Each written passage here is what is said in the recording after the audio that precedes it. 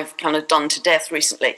The seed point for that, if we look at the original Uranus-Pluto conjunction, that was in 577 BC.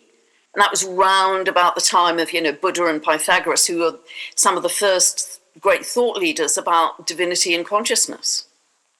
So you've got all of that coming to blossom as well at this time. Yeah, it's interesting how it brings in, just that cyclical nature and the harmonic aspect of it too. Because I see right now playing out like how there could be a potential for like more war, and like maybe even it amalgamates into a World War III. And we do have some omens with the comets, which are interesting to consider, or some of these other influences that we don't really want. But it seems that while those potentials are kind of there, we're more streamlining into the more benefic expressions of these energies, and in a way that maybe it won't be so disruptive as some conjunction cycles are. But we do have this big conjunction coming up. Yeah, and I really feel, Stefan, I'm sure you agree, that it's all down to our focus and attention. Where we put our focus is what we create. And, this is going to be such a lesson in mastery of our frequency going forwards, because it's all to do with that. And if we focus on the war potential, we'll get more of that in our reality. If we focus on the joy, the peace, the love, we'll get more of that. I think it's that simple. It's just a mirror. And we've got to be really strict with ourselves to navigate this period of time magnificently, which I think we will do. So what are you focused on? Like, what's really calling to you right now? I mean, you do your astrological updates, you have your own life as well, your community in your area. But like, what do you find yourself in your downtime just like looking a little bit more into? What is that? Yeah, thank you for that. So what I'm really getting into now is, how do I get out of my head into my body, into my heart, into my energy? So I just enrolled on a 2-year shamanic training course, which I'm going to absolutely love, to get into, really into the magic of nature in a bigger way. And also I've done breath work for 50 years, but I'm now doing an instructor's course on some very powerful breath work, which is it's called Soma breath, and it's a combination of yogic breath work, buteyko, which is holding on the exhale, which is how the Indian siddhis, the Indian yogis, really started to develop some of their magical skills, called siddhis, was holding on the exhale. And that's when our healing potential really expands and the light in our body expands. And Wim Hof breath work. So it's very, very, very powerful. And I'm absolutely loving it. And I really want to get kind of out of my head, which is like a rat up a drain pipe most of the time, and into, my body and my heart. But I'm such a lover of nature. And every morning, absolutely non-negotiable, I'm out in ancient woodland with my neighbour's dog. I can't leave him behind because he's tapping his watch waiting for me. And we just disappear into kind of deep forest. And normally I don't see a soul. It's absolutely glorious. Sometimes I walk with friends, but I want to get much deeper into that sense of complete oneness with nature, into that sense of communicating with the trees, the birds. I sense it a lot with the animals already, but I just want to kind of plunge into that in a kind of ancient Lemurian way, because I think they cracked that. They lived in harmony with nature. They didn't kill to eat. And that's what really calls me right now, that Lemurian energy. And yeah, bring it on. And I think if we do that, that's a pretty good place to be in terms of magnetizing in our future timeline. So thank you for that. Yeah, I've also had some recent experiences of, my brain's very active and it's a gift, but also it's like the body has certain needs, and my kind of flow that I'm working on right now is, how can the mind do its thing while the body is getting what it needs, its nourishment, and also the soul and the spirit. Like, what are those activities that kind of feed them all simultaneously? And I think a lot of people are here. Some people, of course, are going to be on the other side, but lot of people are at the point where their mind is numbing the signals from their body, just for constant like novel stimulation in the brain. But we have more than just the brain, and finding those things. And one of those things I feel like that is really engaging with the brain right now, is this interstellar object 3i Atlas. At the same time, it's capturing people's attention for sure, because there's been an explosion of interest on it, which didn't really know this was going to happen when we first found in July. But I've also been like connecting into it a lot because of my just research into it. And it seems to me that there is a resonance between interstellar space and the interstellar environment. And that they are really one and the same. And don't ask me how or why, but the universe is fractal. And if you read into, for example, like Hans Alvin, who's a plasma physicist, there's a lot of evidence that interplanetary space and even like interstellar, intergalactic space has a cellular structure to it. So it actually forms like these little blobs and cells. And we see that. We have that data pretty good. But 3i Atlas is getting people's attention. I think it seems to be evoking awareness as to that inner environment. So it's almost like a back door, like through the brain, like here's all these videos which are interesting, which captivate you, but then actually, what are you now feeling? What's it activating? Are you getting that sense too? Yeah, absolutely. And it's a great point you make, Stefan, because also if we just look at a simple birth chart, in the same moment, that's a picture of the out there, the map of the heavens at the moment of your birth, and the most personal, quintessential expression of your psyche, isn't it? It's outer and inner in the same moment.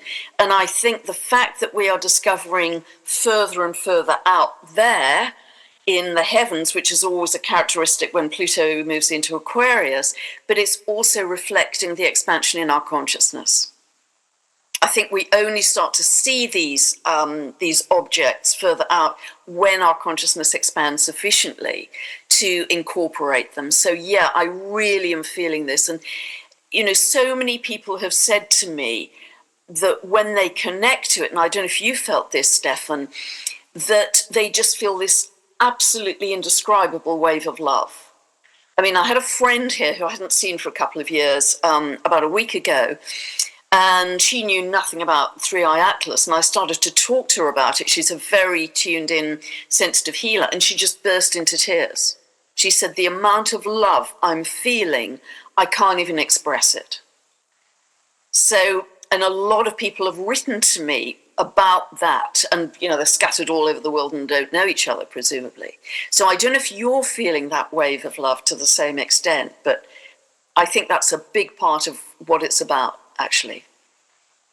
Well, what I can say is that I did a plant medicine journey on Saturday, and that was really good, and I felt amazing afterwards. I was like, I feel great. So but during it also there was this, and I've been feeling the waves coming in already, but then this was definitely like the big wave. And yeah, felt that overwhelming sense of love. And I was connecting to 3i Atlas at some points during this too, and how it's asking us really to up level. And it's not demanding more, but it's encouraging more from us. But at one point I felt it really like in my body. And I find it interesting because it's performing its superior conjunction exactly with the sun on the 21st of October. It has its perihelion on the 29th. That will be 1.36 astronomical units away from the sun during its perihelion on the 29th. On the 21st, it has a superior conjunction. So it'll be 3i Atlas, the sun, our moon, because it's a new moon, as you know, and then Earth. We also have this new comet that was found, which is C25R2 Swan, SWAN. That'll be the closest to Earth that it will in its loop on the 21st as well. And in the true sky position, like in the constellation, 3i Atlas will basically show up during that October 21st superior conjunction in the legs of Virgo, the Virgin. And so maybe it's just because I've been thinking about this, but I felt that energy from 3i Atlas coming up through my root chakra and then actually into like the rest of my body and the whole chakra network. So I think it's coming in from that dimension. I mean, it's also the crown too, but at least in my journey that I had on Saturday recently, I felt that coming up, and it felt like it was then branching out and going intercellular and like working at the cellular level. I've noticed really big like shifts in my consciousness and self-awareness just in the past like month, and I think it's maybe partially to thank for that, but Yeah, personal on experience. Saturday, it's really interesting you mentioned that. I was in the kitchen actually listening to Lee Harris, and it didn't seem particularly relevant to what I was experiencing, but I started to feel Kundalini activation that was very strong, going up my spine. I thought, wow, that feels amazing. And so, yeah, you've just reminded me that was Saturday as well. So I think this is just the beginning of what's to come. Yeah, Saturday was a little bit of an interesting energy portal. So one of the things we can get more into 3i Atlas. One thing I wanted to show really quick are these two comets that are flying by Mars. Yep. Because it really seems like Mars is in the firing line. Like there's going to be a big archetypal, maybe rebirth of Mars. That's just kind of my sense, because we have this close flyby of 3i Atlas. That's the first planet it'll do a close flyby on the 3rd. And that will get within 0.2 astronomical units, specifically 0.195 astronomical units. It makes that closest approach. And then we also have these two comets, which right now are like for humanity are observational. Like we can see them. For the ancients, they were too dim, but we have the technology, and so the universe only needs to show us what is at the limits of our detection for it to be relevant. So let me pull up this photo, and then I'd like your thoughts on just Mars. Like, what is Mars? What's happening with Mars? So here we have C2025 R2 Swan in the bottom left, and then above it, kind of along that angle, we have C2025 K1 Atlas, which is another one of these comets, which is in the inner solar system right now. We have a whole bunch of them, and then off to the right, that bright point of light is Mars. So like comets are omens of change and fated events, you could say. At least that's the traditional view. Like this looks significant to me in some aspect. What do you think? Yeah, I do. And for me, it's all about reclaiming our sovereignty. I see Mars in its rulership of Aries very much about the inner authority, our inner sense of power, and reclaiming our sovereignty, and stop giving our power away to the external, because it's traditionally been aggression and war, and and we're absolutely done with that. A big part of moving forwards into these higher dimensions is stepping back into that sense of sovereignty. So that's very much how I see the activation affecting Mars and potentially changing or shifting that archetypal meaning. How do you feel, Stefan? Well, it's like not one comment, but two, right? If there was like three or four, then it's like, oh my God, okay. But it's not just one, it's two. And then actually it is three if you consider 3i Atlas and its close approach. We may not be able to see it, but it's going to make that close approach. So it's like there's something big there. And then you pair that with the conjunction of Saturn and Neptune in the 0th degree of Aries, if you go by Western. And then we also have Mars Cazimi coming up. I think that's December sometime.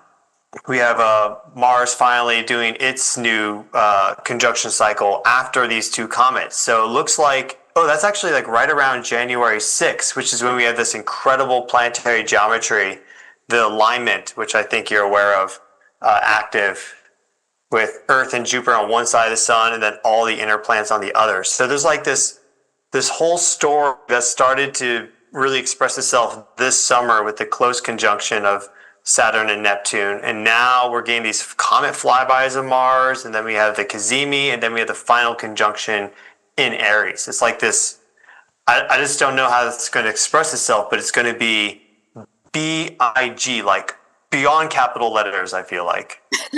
Yeah, I really agree. I think it's a real rebirth for Earth and a rebirth of our consciousness, a remembrance, actually.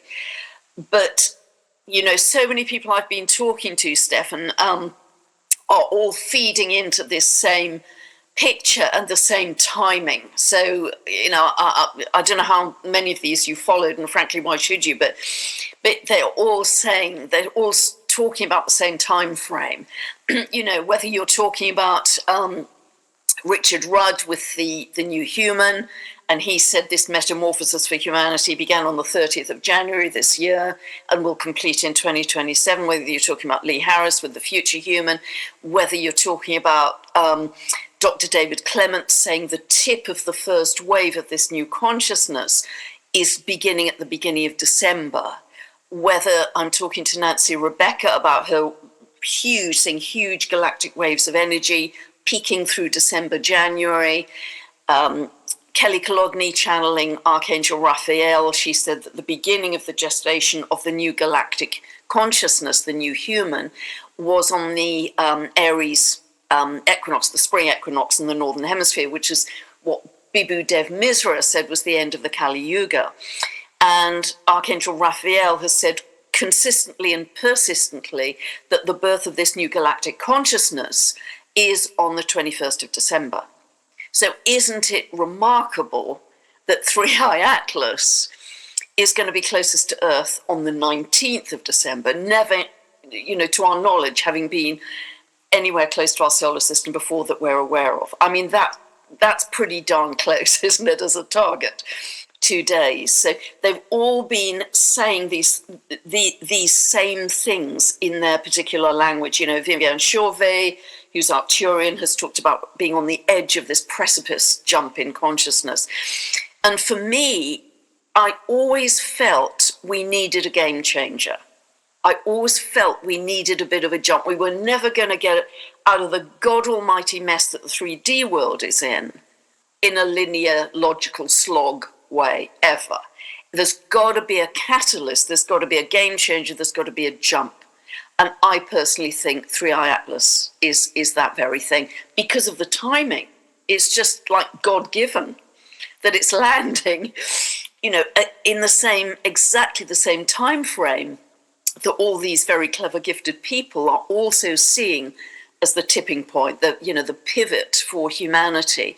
And I see that Saturn-Neptune conjunction as the birth of the new reality, making real the dream, and the dissolution of the veil. And so, this is all within this whisper of time, these next few months that we're already in this chrysalis. So, either I'm wrong, but that means if I'm wrong, then all of those other people I've just referred to are wrong. And I think they're far too gifted and clever to say, well, they're all wrong. I truly think this is the birth of a new cosmic consciousness, galactic consciousness, which is going to really jump us to a different place. And I also feel it's like a systems upgrade for us. And I think it's potentially an upgrade for the energy grids of the Earth. And I also feel, and again, this is coming from various people that are writing to me or I'm speaking with, there seems to be a potential for heart chakra activation here as well. Because it's going to be love, isn't it, that's going to carry us through to the next level. It's not going to be fear, it's not going to be polarization, it's not going to be war, it's going to be love. That's what was talked about with the Pluto-Uranus conjunction in the 60s.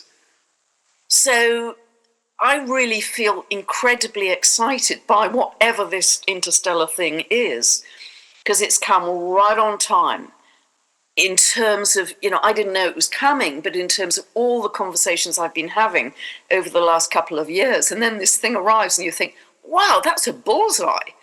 2 days away from the Capricorn solstice? I mean, from who knows how many billions of miles away. That's not bad as a bullseye. Yeah, it's a good point. When you zoom out, that is quite remarkable. because and then it also has the close approach to Jupiter. And yeah, there's just too many things when we're looking at from this more spiritual aspect to write off. And also, as it relates to this Saturn Neptune cycle and its conjunction being significant, it a wave takes time to come in, and so another conjunction. Correct me if I'm a little off on the dates, but I believe it is a Jupiter Uranus conjunction 2010 that occurred right in the same degree zone. Was it not? Yes, absolutely. In April, wasn't it? About the 20th of April. Uh, I'm not exactly sure for that one, but I just know it was like 2010. It was like right in the 0 to 2 degree zone. Yeah. And so the fact that we'd have that one there, which is this very benefic and expansive and liberating Promethean energy and we just had our most recent one in 2024, which was I thought that was great. And I think it's still unfolding right now, but the fact that occurred in the exact same zone in the sky shows that this wave coming in isn't just like suddenly. It's been slowly building up. And perhaps even we do have to look even further back to the Greeks and look at that as the beginning of the wave. Because, modern Homo sapiens, like biologically modern Homo sapiens, have been around for 300,000 years or so. That's like the current estimate, something like that. And so if in that perspective, the ancient Greeks, and I think he says 577 BC that's like a blink of an eye. So perhaps this is even a larger wave of evolutionary impulse. That's what I felt during my trip that I had. I felt that this polarization between the genders is also a little bit false. And I don't know how fast evolution and like changing DNA can go, but this split we see in society already. This huge interest from certain people to not identify as male or female. They're all over the place, right? And whatever you think about this, it's clearly a trend. And we see other species on Earth which don't have like clear genders, and they're more, or they have both or whatever. And it seems that humanity is maybe adapting into just a higher expression of itself. And how that relates to... Sorry, Stefan. Aquarius is very androgynous, isn't it? Yeah. So I feel there's like all this stuff kind of swirling around, and so it's not just technological, and there's this disclosure kind of narrative that's also unfolding. Though there's a lot of like just lies and misinformation there, but there's certainly there's already like entities and aliens on this planet effectively. Like there's some things that are very, very strange, and some of them are out to help us, right? Spirit guides and others. And then there's certainly like malevolent influences, which we need to navigate around, and hopefully they just simply don't resonate with the new Earth that's forming. Earth seems to be releasing a lot and transforming these big earthquakes, as you know, which you've been fairly good at forecasting yourself with the astrology. Yeah, you are ace at that. You are 5-star world class at that, Stefan. But if to then go to the next thing that's kind of on my mind is, I just see a lot of people in fear, and here you and I are, and we may have our own struggles and everything, but I think we're pretty rooted in faith. And how it seems to me that one of the big things right now is, do we choose fear or faith? And how is it that you're so optimistic and inspired and just ready for everything? I don't think you just brainwash yourself on this. Like there's something deeper to this, like this wave of wave of faith. I feel like faith is so important right now that we all get on board with that. And yeah, just to hop back just very, very briefly to what you were saying about Jupiter and Uranus, I think we had that to the day on the moon landing day. 1965. Yeah. Was it 65 or 60? Well, we had it on the. I'm pretty sure we did because that was a huge consciousness awakening for people, and so that reinforces the point you were making. Jupiter, And Uranus. you mean Pluto Uranus, right? In 65 with the moon landing, like Apollo No, or some I other think moon landing? it was Jupiter Uranus. I'm pretty sure we had a Jupiter Uranus conjunction at the moon landing. I'm pretty sure, which was a big Oh. awakening for humanity's consciousness. Oh, that's right. Jupiter was in that zone as well, Yeah, I think. yeah, Okay, yeah, one of the smaller cycles. yeah. Anyway, that's Virgo. So yeah, what do I do? I'm quite a simple bumpkin, actually. As soon as I wake up in the morning, I've got a kind of gratitude list. If I've slept well, and I thank the angels, and I thank my higher self, and I say, I live in love, joy, and bliss. And so I go through a whole routine of gratitude. I do quite a lot of yoga in the morning. Weather permitting, I will have bare feet on the grass as well. I live in England, so you've got to be realistic about that. And then I always take my neighbour's dog out because, he and I put the world to rights. And that's very decompressing because we're walking in woodland, which is just, hundreds and possibly thousands of years old, that has so much history. And I just love kind of disappearing into the bliss and oneness of that. And I can go down through this woodland and cross over a stream that's a very tiny stream, but it's very well known across Europe actually for dragonflies. And at this time of year, there's so many dragonflies and very rare butterflies around and lots of elemental energy. So I can just sit and kind of breathe that in. And it's just, and if it's a sunny day as it was today, it was just exquisite. And I just think, how lucky am I to wander freely, safely? And I'm very lucky. And yes, I used to live in London, so I've worked hard to get where I am geographically. But I just think I just feel so blessed and blissed out just sitting here in the simplicity of nature, watching the butterflies and the dragonflies. I just can't be grateful and thankful enough. And I think if you're grateful, it brings in more things to be grateful for. So, and I'm really strict with my diet, very nano about, I hadn't eaten meat for 50 years, so vegetarian, organic, a lot of it raw. And I just I'm lucky enough to live in a little road backing onto an organic farm. So it's super quiet, you just hear bird song. And even though I'm working for the rest of the day, I'm in a beautiful sanctuary, I'm in a beautiful environment, and constantly tell the trees and shrubs in my garden how much I love them. And my neighbours may think I'm a crazy woman, but I'm used to people thinking I'm a crazy woman, so that doesn't really bother me. So, and I can stay in that bliss bubble. And I don't want to go to a city. I don't want to go even to my local town a mile away. So I have all my organic vegetables delivered every week. And that just works for me. So I can stay in this bliss bubble. And everybody might be saying, well, it's okay for you. Yeah, but there were a lot of life challenges to get here. But I'm very happy, if I have to live in England, that this is the place I want to be. And I try, if I catch myself, because, just like you, Stefan, people send you stuff all day long, or videos and stuff to watch. But if I find that I start to watch, and I can't even begin to watch 10% of them, but if I begin to watch them and I feel my frequency drop, I'll just stop. Because I know I've got to walk my talk, that my state of being is my absolutely top priority.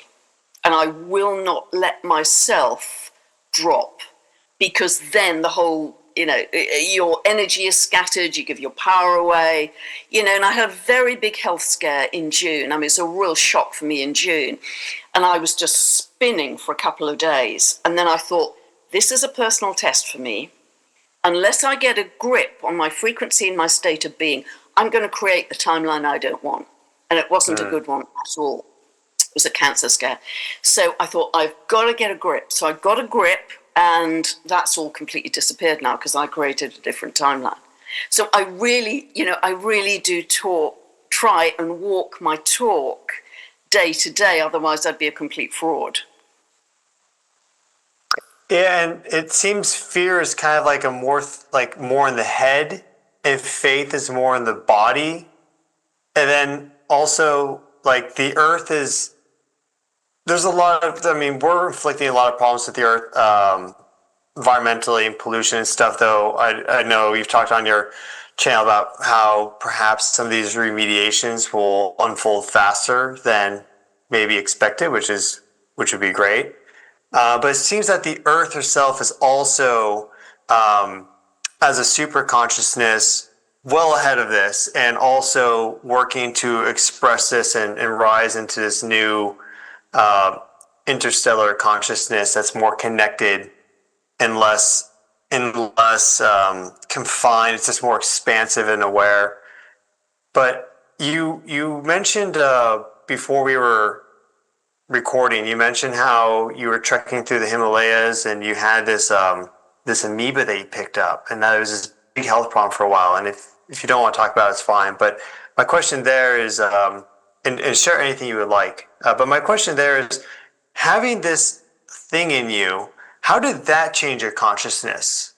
Like, perhaps it wasn't good. Yeah, because it was an amazing trip. I was away for 5 months. It was in between living in Canada for 5 years and then deciding to come back to England, and to break myself into a lower standard of living, I decided to spend 5 months in India and Nepal, which did the trick. But and I was traveling on my own, and it was one of the best things I ever did in my life. It was a huge adventure. And I was telling you before we hopped on, the first trek I did lasted about 7 weeks in the Himalayas, and this was a long time ago, before trekking was a thing, and I just didn't see another Western person the whole time. I went to the only trekking association in Kathmandu and said, look, I'd love to trek out to the Annapurna base camp. And so they gave me 3 Sherpas, and off we went. And the Sherpas didn't speak a word of English, and off we went for 7 weeks in silence because they didn't speak a word of English. And it was a huge adventure. And we got up to 19,000 feet, and that was and I just fell in love with the Himalayas. I know there's a past life there. And I went back another twice, and it was on the 3rd trip that I picked up a very rare amoeba.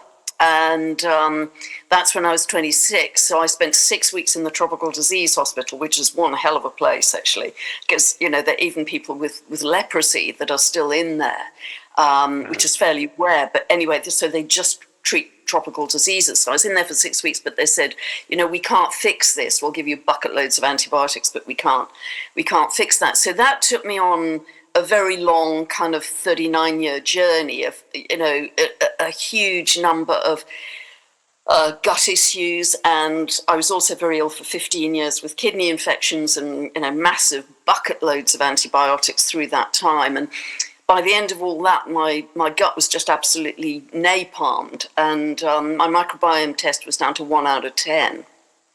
So I was incredibly lucky, but I always knew there'd be a solution.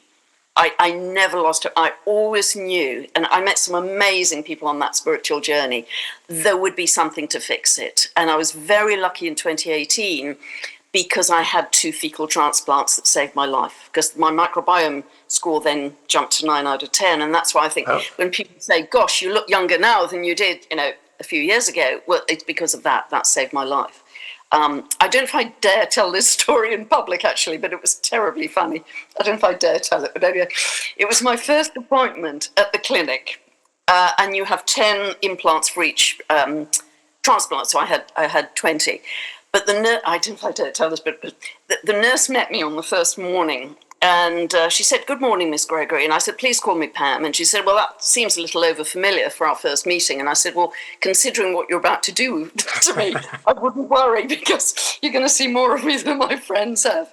But so there were some hilarious moments, and that saved my life. And I'm so incredibly grateful. But I think the thing was, I never lost hope. I always know there's going to be a natural solution to anything that ails you.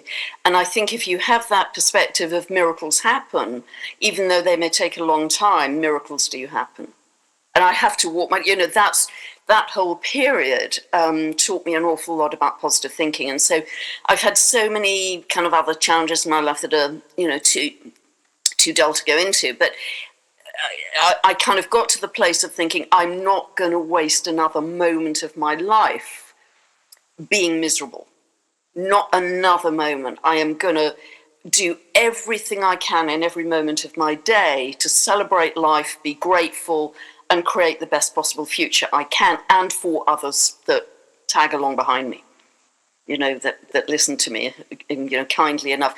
So that has been a great teacher for me to always live in positivity, I think.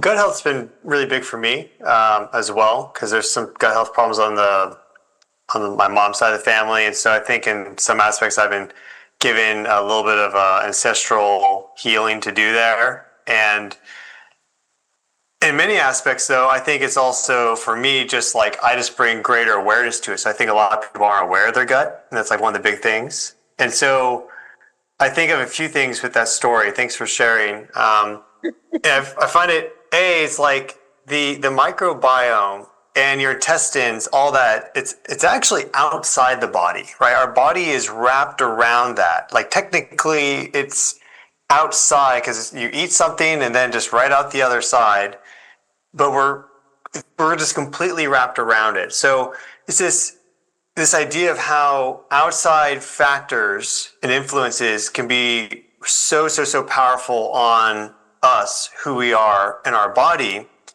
But then also going even beyond that, how consciousness is not just the mind or the body, it's beyond that. And there can be other things in there that maybe it's very difficult or painful or there's issues, whatever, but maybe it's seeking to help us come to greater awareness of the field of consciousness that we exist within. And that there can be other consciousnesses pressing up against us that we become very familiar with, that we start to think is our consciousness. But if you really kind of like feel it for a moment and you're in that observer zone, which you have some experience with all the breath work, and now you're going to get even more with all the shamanic training and everything. Like, I think that is one of the things that 3i Atlas is bringing to our awareness, is that it's exposing how it's just shedding light on the field of consciousness in general, and that a lot of people have consciousnesses pressing up against them from all sides. Maybe it's from something inside them. Maybe it's from their algorithm on some app or something, because these things also have like an interesting consciousness to them, the consciousness of their community, and maybe even consciousness of entities in their area, or good or bad or neutral, whatever. Like, we probably don't have to use good or bad terminology, but it just seems to be bringing awareness to that. And so if we have been a society at large operating from this place where we're not really sure what our consciousness is, and all of a sudden, boom, the spotlight gets turned on. It's like, that is clearly mine. This, that is not mine. And these are asking me all to make these bad decisions, poor decisions, or, keep me addicted to pain, let's say, or discomfort or depression. Well, focusing and just fully embracing your consciousness and tuning out that signal can radically transform your life instantly. So that seems to be where the instant shift comes from. Maybe that's how the catalyst occurs, because it seems that we probably need some massive awakening for some of these things to unfold, where people just finally reject these things which have been influencing the collective for a very long time. But once we come to our own sovereign understanding of our consciousness and the collective consciousness of humanity, because there's the collective consciousness of like bees, that's a good one, but there's also the collective consciousness of other things which maybe aren't there to serve us, but to feed off of us, or things of that nature. So did this amoeba scare, like, did you ever feel the consciousness of this other organism? Yeah, I absolutely did. It felt a bit like, did you ever see Alien, that film? There was this kind of strange being growing inside. So yeah, I did. And it felt very, very primitive, but it was kind of because I picked it up in the Himalayas. I kind of felt that there was still that past life connecting me, that the amoeba was connecting me back to that past life in some way. So, but I ended up not no longer fighting it or resenting it, because it took me on such a spiritual journey of the amazing people I met. I ended up being actually quite grateful to it as a teacher. And so I kind of made my peace with it and my thanks with it. But what you're saying, Stefan, I think is so true, that in this period of clarification, truth, awakening, where we suddenly shift our lens, we suddenly shift our perspective, I think it will bring about a much greater sense of spiritual responsibility that we each have to take, a sense of empowerment, sense of sovereignty, spiritual responsibility, and we've got to really live from the inside out and be aware of what we're doing with our thinking, with our feeling, with our frequency that is affecting everybody around us, because we infect each other with our energies, just like we kind of infect each other with a cold or whatever. But it's that sense of I must be responsible for my own frequency in order to benefit those around me. I think that is part of this awakening too, because it's going to be much more about collaboration and community and care for others, service to others, not service to self. So I think what you've just shared there is part of that. And I do think there's going to be this kind of this clarity, this truth, this awakening to a higher level of being. And it may be an electromagnetic function of 3i Atlas. I don't know. I mean, I'd be really interested in your thoughts on that, because inevitably I would think, and I think you've talked about it, there's going to be some kind of electromagnetic disruption in the next couple of months, particularly through October and November, as this draws so close. Do you want to share how you're feeling about that too? I think there will be. With all these comets flying in, it seems that we're well poised to have a lot of solar activity. I mean, sunspots right now are climbing. One of the numbers came in over 200. Another one was like just under 200. The highest count that we had for a monthly was back in August of last year of 216, according to NOAA. But these are daily counts I'm referencing. But yeah, we are kind of going up to a second peak of activity. And right now, most of the sunspots are exactly Earth facing at this moment in time.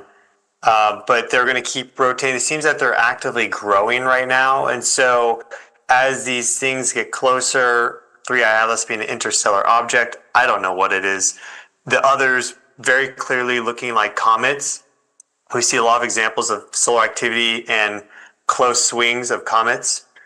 That could also be an additional catalyst, because we see how solar activity just kind of, in geomagnetic activity, just kind of gets people going. And I've seen that very clearly with my channel, just as a reference point, that like when there's a big X flare, people are like, the videos are getting watched and the engagement's higher, and this is a very limited thing. But it's interesting how things can be calm and quiet. It's like, how is it then, like, how do you get the party going again, basically? Electrification, isn't it? Yeah, the sun's the best at that. The sun can get any party going at any time.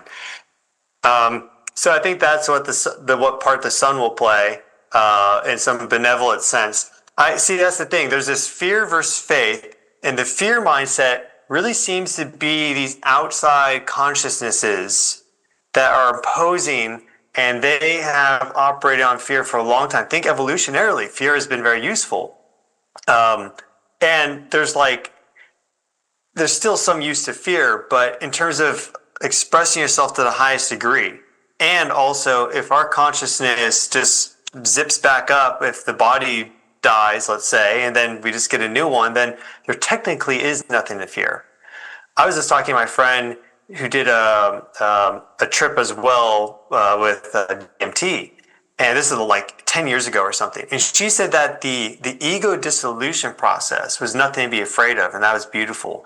It was her 20 minutes later coming back into her body and into density that was like the hard part and kind of the fearful part.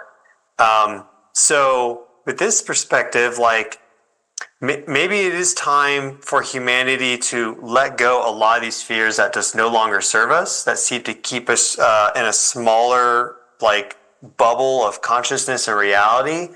And now it's time to expand beyond that.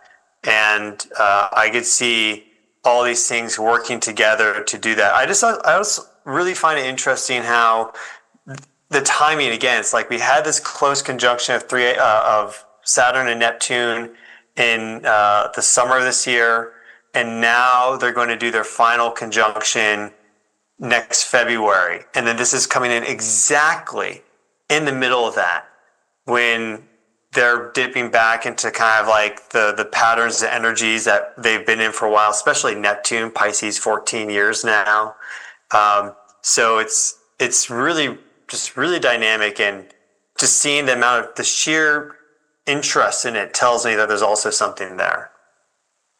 Yeah, for sure. And I think that's why I feel it potentially can give us an upgrade in this kind of lull, as you've described it, between Saturn, Neptune being exact to the degree, I think it was in August, and being exact to the minute on the 20th of February.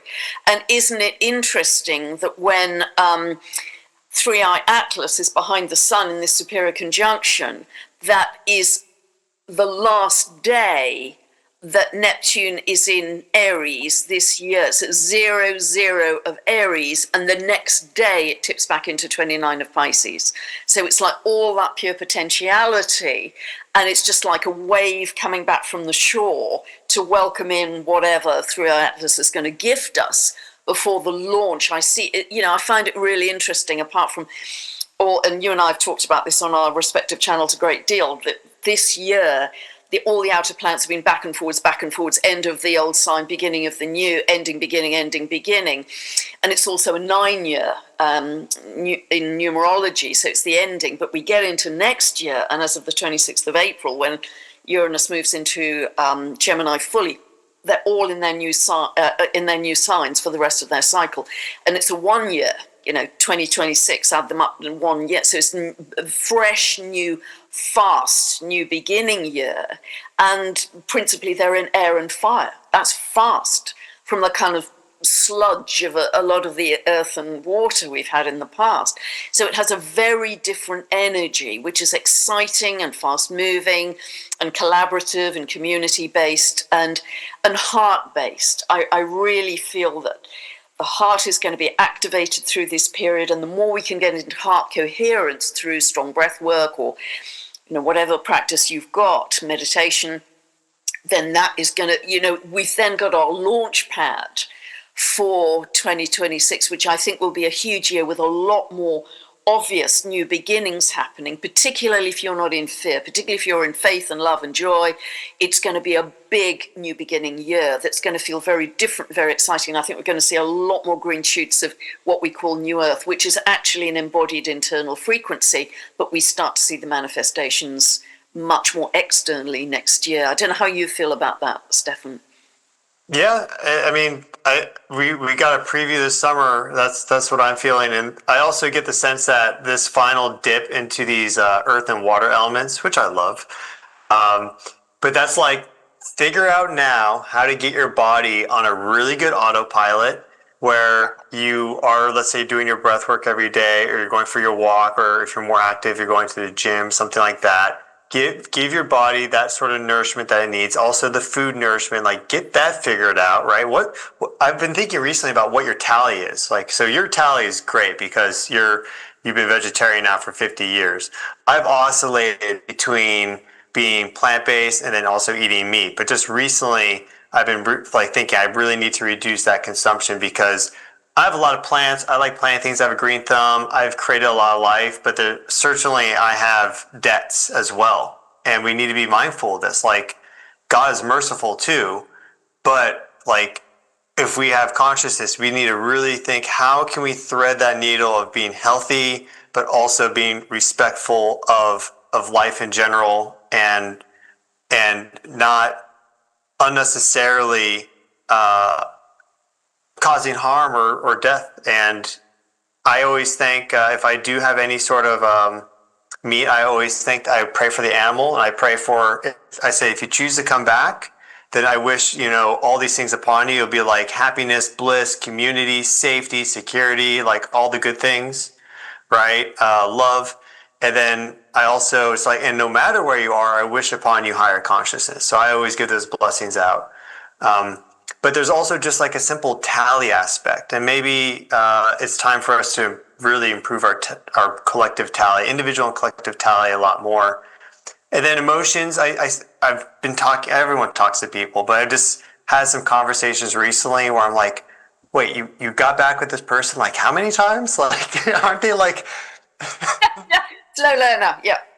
like did you learn like the second time? Like there's an emotional like just tearing people up. It's like let's you can find your sovereignty and like let's get like emotionally secure, right? Put that on autopilot too. You know what you like, you have boundaries, but also are very open and accept what happens. You're fine letting things go, but you're also there to create and have fun and play. And like, let's get all those things on autopilot so then that higher consciousness can come through, which would be fire element. So again, earth is body, water is elements, if we're using a very simple breakdown for all the viewers here.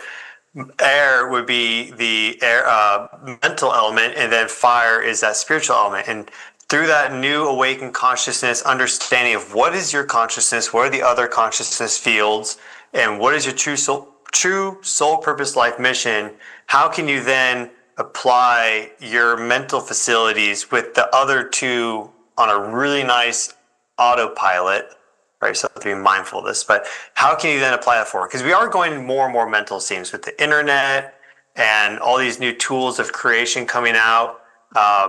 I mean, both of our channels are seeing these AI videos come out and them copying content, but you can also use it to create new original things or to help you with data processing. So there's like benevolent uses of it as well, rather than just lazy uses.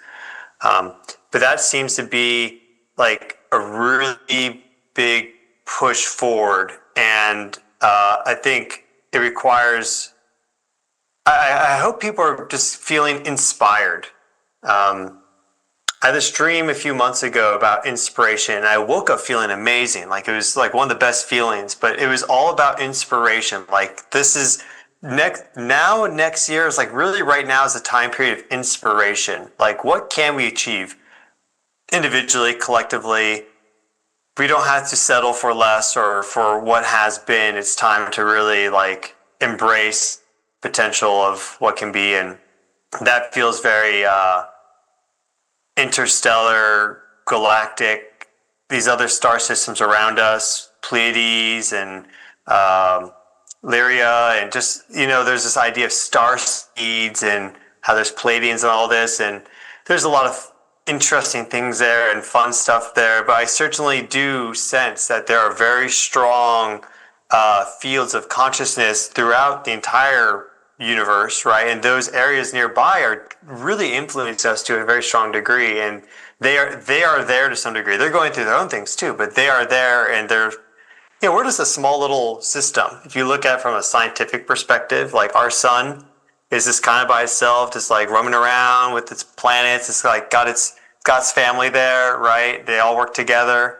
That like you go to the Pleiades, I mean, there's like 400 plus stars, a lot of them much bigger, brighter, higher vibration. So, I mean, imagine what like the dynamics of a place like that in regards to some of the things we're talking about and even beyond. So we're kind of in the backwoods, and that's a good thing, I think. But also there's this greater wave coming through, it seems, that we're going to become a brighter, more luminous system overall. I really, really agree. I think that this very strong sense I have of reconnecting to our galactic family is, it's really palpable for me. And the fact they've discovered recently RNA in meteorites, and these are, the building blocks of life. And I was talking to Dr. Jude Currivan, the cosmologist, about it, and she said, well, this is proof that, we came from the stars, the iron in our blood, the calcium in our bones. It's all proof that we came from the out there. And we've just had this kind of insular, almost arrogance that, we're kind of separate and in some way superior, whereas I actually think versus where we were in ancient history and where we are versus nature and the animals, we're absolute barbarians, I think. So I think we've got some catching up to do in terms of reconnecting to our galactic family. But I truly do think that, there are many people who for years have channeled the Arcturians or the Andromedans or the Sirians or the Pleiadians, whoever. And so I think that is just a moment away, that we're going to have these reconnections, and then our consciousness will really jump.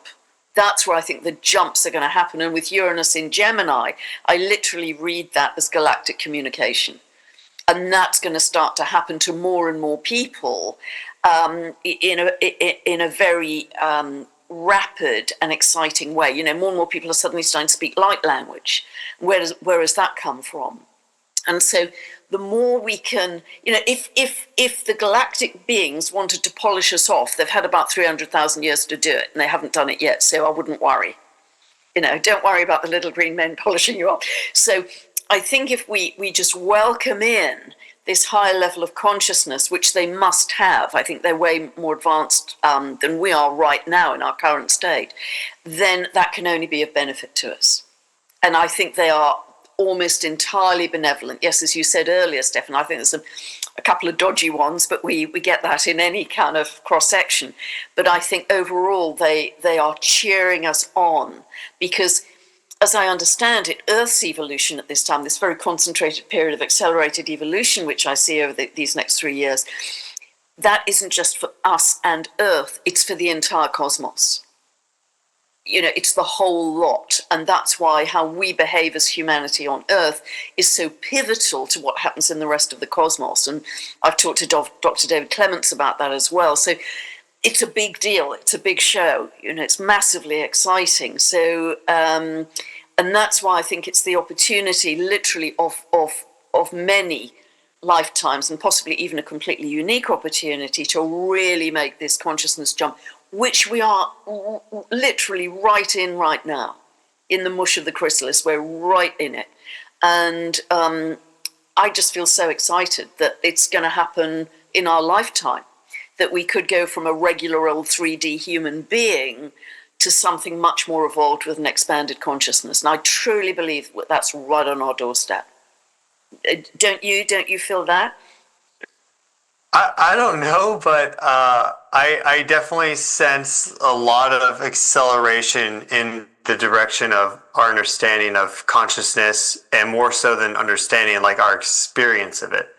And so I think, yeah, I don't. We'll find out. Hopefully, we make it there. I think tying into all this, and you talk about this all the time, are the trans-Newtonian objects and the sedenoids more, and they also are lining up with this, but showing that's even larger wave than just like this year, next year. And that makes sense, because for great changes unfold, it's going to take a little bit of time. But them coming in so close in their orbit, and their discovery seems to be really, really significant. And Sedna last being as perihelion was right around the time of Göbekli Tepe, which I went to twice, 2 days back to back, and just connected with that energy. And it had a very strong Promethean energy signature there. I called it a yang sky temple, but very much felt that. And this is all, yeah, this is a very Promethean time right now. It's coming back to perihelion 2076, isn't it? So it's advancing now. Yeah. So is there anything you'd like to discuss as it relates to the TNOs and the sedenoids? And just, I've just been spending a tremendous amount of my time kind of just expanding my awareness out beyond, which is why I think so many people are resonating with it, because that's kind of, I think maybe that's like one of the base calls of humanity throughout the ages, that for thousands of years we've looked up at the sky and wondered. And so everyone has that so deep baked within them. And you've been feeling it too, and you've been looking at these objects really in depth. Yeah, I love them. I just put an update out earlier this afternoon, and I was talking about how much I feel the Lemurian energy coming back in, because Homer is very activated in that finger of God, finger of fate right now, will be for the next 3 years. And Homer, as you well know, Stefan, is linked to the Hawaiian goddess of fertility, and Hawaii was said to be, one of the last land remnants of ancient Lemuria and the Mu people. So that's really? I didn't know that. Yeah, didn't you know that? Oh, okay. Yeah. No. So, okay. If you listen to Keone Hanulai, who Heather Ensworth interviews a lot, he's a descendant from the Mu people. Okay.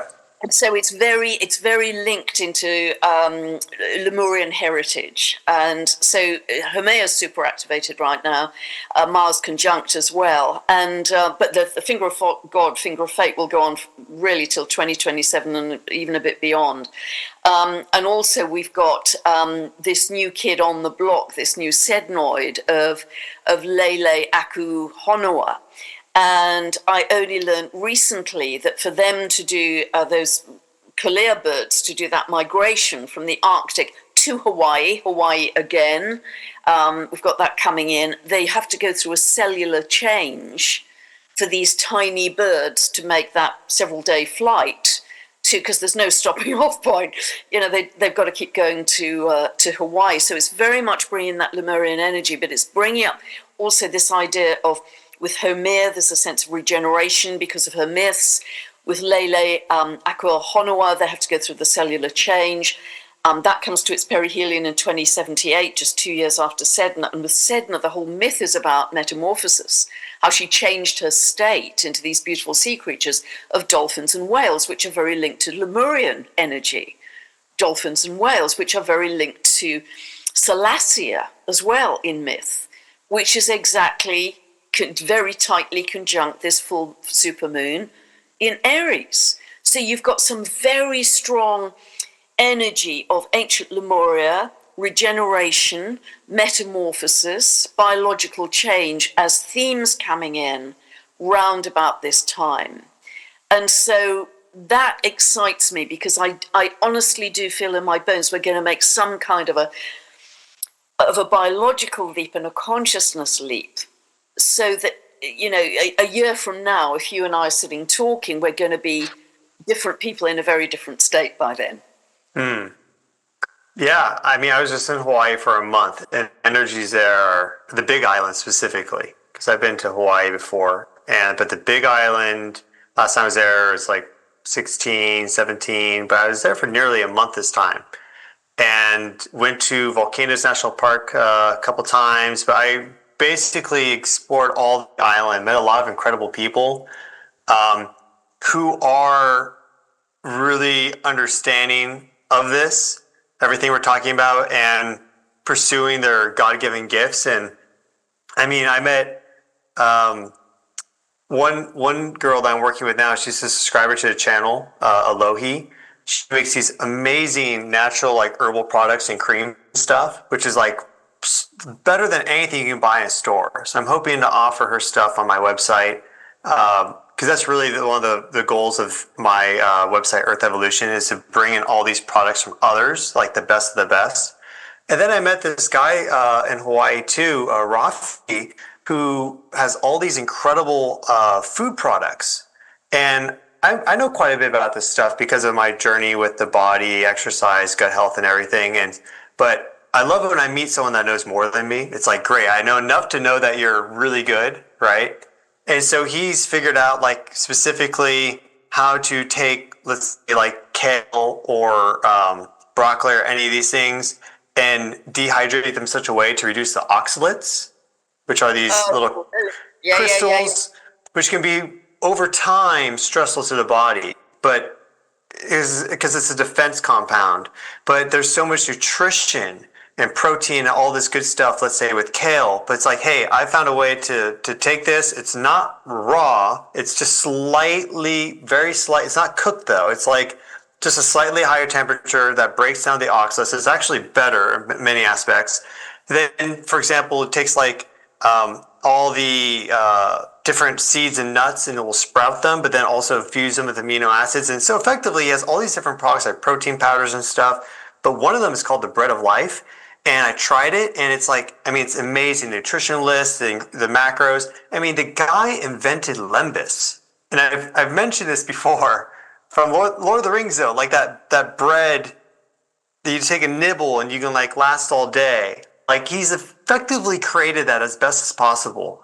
And so there seems to be this energy on the Big Island of that's leading people forward And I ran into so many subscribers there too. So people there are like interested in nature, the cosmos, all the elements from balance, the energy in the field around the volcanoes and Pele, the Hawaiian goddess of lava, like that was very strong and powerful. I went there, connected to that instantly. It was like, whoa, okay, there's like a lot here. So yeah, I find it interesting that via myth that's like one of the last fragments of Lemuria. I'm not too much of an expert on that, but I think there's a little bit of truth or interest, or a lot, it depends on, in all these different myths and legends. But that really seems to be the direction that we need to go, where we're in greater connection with nature, and we're also applying that Promethean like genius energy to what our passions are. I think everyone has that within them. I think that's, you've described it so beautifully, and, that is the kind of life I think many people would love. Back in connection to nature, in connection to the skies, because, the astronomical place that you went to when you were out there was just amazing, wasn't it? The whole observatory there. So it's that kind of earth-heaven connection that I think we are yearning for, that we felt so separated, and of course we've been encouraged to feel separated, but there's now such a desire for reconnection to each other and to the earth and to the heavens. And it was interesting listening to Keone talking to Heather Ensworth, who you know, and he was saying to her, all the land masses of ancient Lemuria are still here. It's just because humanity has fallen from love, we can't see them anymore. But once we reconnect to love, we will see them again. Which is, I think, really beautiful. And it may literally mean we see land masses coming up from the sea, which I think is very possible with all this future seismic activity that we're sort of entering into. But yeah, I think that model of ancient Lemuria is about the best template we have for our future. So it isn't just an evolution forwards, it's an involution back to some of the ancient wisdom. And, humanity in ancient times, they were way ahead of where we are now. Look at the, Göbekli Tepe, as you say, the pyramids, all of the incredible ancient wisdom and technology which they had. People say that we are at the highest point of civilization. Well, I think we're probably at the lowest, to be honest. There's so much we can learn by the remembrance, and I think that is being stirred in our DNA as well, that ancient wisdom. And Hawaii would be just the most amazing place to be, I think, to live, with that sense of connection. And also, isn't it quite magnetic as well? I think it's quite magnetic, Stefan. Do you know that? What do you mean by magnetic? Well, I think wherever you've had a lot of volcanic activity, it's often the ground is quite magnetic. Oh, yeah. Yeah, absolutely. There would be a lot of remnant magnetization that will, because this is a lot of titanomagnetite, and then even more powerful in terms of its magnetic properties, this regular magnetite that comes up through these lavas. And specifically, Hawaii is connected to a plume hotspot system that feeds directly from the core. And I have some certain thoughts there. There's the traditional geologic model basically has these things starting at the core mantle boundary, and the outer core is more viscous and is this geodynamo, and then the inner core is more solid. But it seems to me that Earth's interior is one giant energy engine. And we have these overabundances of like helium and hydrogen and light elements in the core, which doesn't make sense because of their density. Like they're so light that why are they in the densest part of the Earth? So what makes sense though is that, well, they're being generated through like nuclear processes, and then those streaming out from the core regions is what drives some of this convection. There's other processes too, but that would be probably one of the main things that drives convection. And also the movement of this like light element slurry, which a lot of them are charge carriers. They'll be broken into charge carriers, would also generate a magnetic field. So that could explain the magnetic field, and it could also explain how that changes across time, excursions, reversals, because that's like the engines turning on, stopping, this whole deal. Sometimes Earth just needs a rest. Like when I on Saturday when I had my experience, there was one point where I was lying down. We went to the beach, and you feel everything more. And I couldn't feel my heart rate for a moment. And I was just breathing very low and slow. And I naturally hold my breath at the bottom, which is interesting you mentioned that. But it was an opportunity like my consciousness had expanded a bit beyond the body. And so my heart was like, great, I can like just kind of turn off for like 3-4 seconds here. Like, don't worry, I'll turn back on.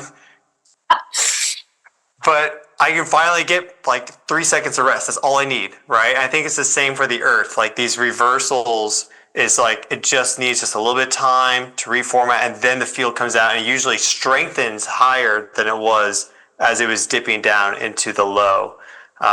So yeah, Hawaii, and then Hawaii's magnetic also just in terms of pooling people there, or like pushing them out if they're not for it. And that's actually a lot of islands, if you have experience with that. Like Bali's the same. A lot of islands have this attraction or repulsion energy that's very magnetic, like just in terms of the physics. So in terms of the core of the Earth, Stefan, is that actually expanding right now? That's probably the case.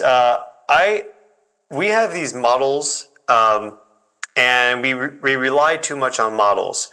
So what I really like is when we have direct observations, which we get from the magnetic field. Also observations from earthquakes and the sound waves and how they propagate through, and we can look at the waveforms on the other side of the Earth. But then also we can take mineral assemblages and put them in a lab under pressure and temperature and see how they undergo phase changes and stuff. So you piece those together, and then you kind of like make a model that hopefully like threads the needle. That's kind of, I think, probably a good way to do that. But I'm no expert modeler. I'm more of a big picture guy. I'm like, I zoom out and try to understand the system and do more of a connect to it consciously, just to be like, hey, what's the answer? So, yeah. And then Earth is like, here's the answer if you ask nicely.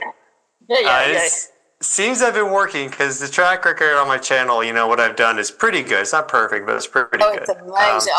You're in a perfect position to connect all those different modalities as well.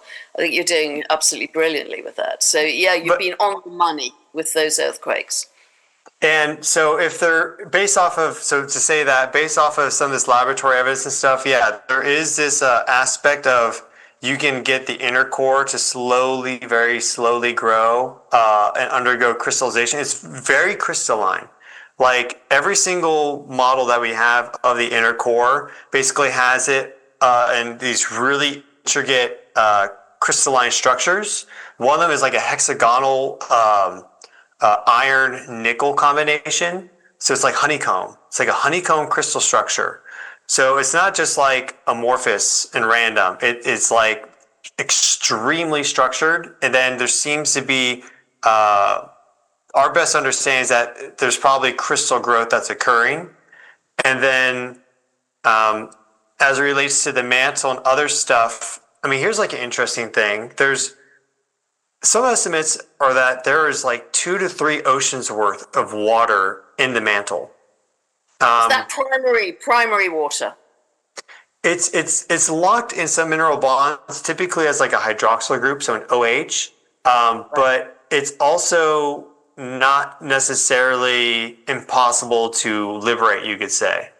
So we had these periods back in the past where like sea level is much higher, and if you look at our ice caps right now, if you were to melt them all, like it could give a certain level of sea level rise. But if you were to simply somehow, some radiative process probably coming in from beyond the Earth, whether this is driven by the sun or driven from interstellar environment, because that's what everything's floating upon at the end of the day. The Earth is floating upon that heliospheric energy field, which is just a little bubble floating upon the interstellar. And the solar system gestated with that information, just as we gestated within the womb, and the cellular electric currents in the body, right, informs the growth of the embryo, the fetus embryo, and guides cell division and the expression of DNA. It's like Robert Becker you could look into. So I think it's very much the same. I think interstellar space and intracellular space is basically super, super resonant and symmetric and fractal. And so if that's changing, how is that influence the deep Earth? And so if there is somehow, let's call it a radiative influence that's able to maybe adjust these hydroxyl bonds, you could have water actually just seeping out of the Earth itself. It doesn't need to be ice melting that causes the ocean to rise or fall. It could just be this expansion out from the oceanic crust just everywhere, and probably primarily through hotspots and more too, like these natural flows. But it just opens up the possibility of Earth being much more dynamic than we thought previously. And I think there's a lot of realms of possibility and potential for Earth, and she's at all times kind of thinking, well, what can I do? What do I want to be, but how can I take what the life that I have along for the ride in the most benevolent way? So you see some of these things, like Edgar Cayce has this prediction of the America after some sort of flood or something, and the map kind of doesn't make sense, but maybe there's some other geologic processes that are possible. But I think all these things unfold across time scales much more vast than the human one typically. And so maybe Edgar Cayce had some vision, but it wasn't necessarily 100 years from now or 1,000 years from now. And maybe that's what he wrote down, but maybe he saw deep into the future, deep into the past, and we just maybe mislabeled it or something. And talking of Edgar Cayce, Stefan, I don't know if you're aware, but I discovered I think yesterday, he died in 1945. And in his writings, he predicted that on the 29th of October, 2025, a blade of light would appear in the sky. Oh, so 29th. So on the perihelion of Atlas. On the perihelion. And he predicted that, obviously, before his death in 1945. And it was mentioned at a recent Lazarus symposium. I was trying to get a link for our conversation here, but they couldn't get a link because they didn't have access to the recording. But it was mentioned there, and it's in his writings. So that's another little a little snippet to throw in for the Atlas perihelion. Yeah, for people to research it too. This would be a good opportunity for anyone to research into these things and then take what they find and leave it as a comment in maybe either one of our videos. And because this is a group collective effort here, not just you or me. We keep talking about a lot of things, but is there anything else that's on your mind that you want to add to the discussion that you feel like could be helpful or informative, Pam? I think the thing I would say, which is what I always come back to, is in these present times, just keep using a rolling mantra, if you can't think of anything better, of we're welcoming in an ever-expanding consciousness of love. And that will see you on a good path. Do not go into fear about anything. Switch off the news. I got rid of my television 5 years ago when all that silly stuff started. And just stay in those positive emotions and do anything that takes you to that point. And try and cultivate a kind of beginner's mind of, when you're out in nature, don't just think, oh, that's an oak tree or that's a beech tree. Look at it as if it were the very first time and really drink in how magnificent and beautiful that is. And I think the beginner's mind will help us a lot. But just, even if everything that everybody was envisaging and saying out there in public land wasn't the case, we as humanity could create it. We as humanity are powerful enough to come together and create a magnificent future. And it doesn't take the majority of humanity. It actually takes quite a small number of us. So, that's my call to all of you out there. And I've got a daily meditation, 7 p.m. UK time, 15 minutes for free. Thousands of people join that and are having the most amazing experiences. And you couldn't do anything better or easier, I think. If you want to help people in the Middle East, want to help people in tough circumstances, just do that. We can all do that for free at home. So that's my plea. And I've loved our conversation. It went to places we didn't quite expect maybe, but it was very different from your normal videos and certainly my normal videos. So I thank you for that, Stefan. I hope people enjoy it as much as I have.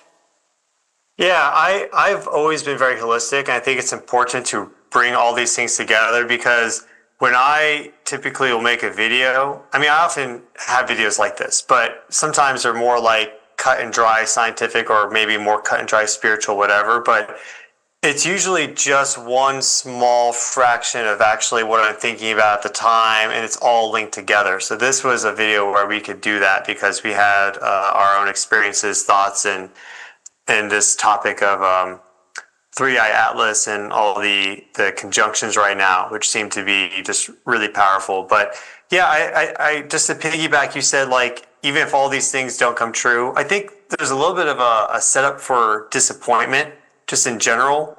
Like right now, there's a lot of things going around about like rapture, and like people are making videos like rapture is going to be tomorrow. It's like, well, it's 2 days now, so it didn't happen. But if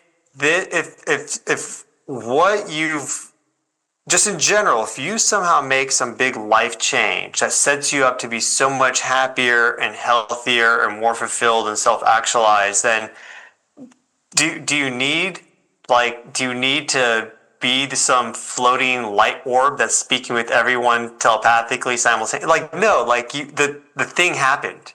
So there's all these novel ideas. Maybe eventually we'll get there. I don't know. I'm simply just like an I don't know. I love the open, curious perspective. I feel so much love and joy in that headspace and that kind of that perspective, just that place, that space, you could say. But if all this inspiration leads to an actual beneficial or many beneficial outcomes, then that's the whole point of it. So 100%. And I'm not envisaging a rapture event. I actually felt the state I think we'd all like to be in France recently in June when I was on the shamanic retreat. I felt that all the 18 of us that had embodied New Earth. You know, it was beautiful. We were blissful. We cared about each other. We came together in laughter and joy and love. And that was it. It was that simple. It wasn't rapture. It wasn't complicated. It was that simple. And that's what I'd encourage people to focus on, because that's highly achievable, I think, for many of us. yeah, and something I was going to mention earlier, but touches on that, like my study of the Neolithic. A lot of people are focusing on like ancient history and what happened before Göbekli Tepe and like Younger Dryas and things of that nature, and like when were the pyramids built and everything. But even I've just always found this draw to the Neolithic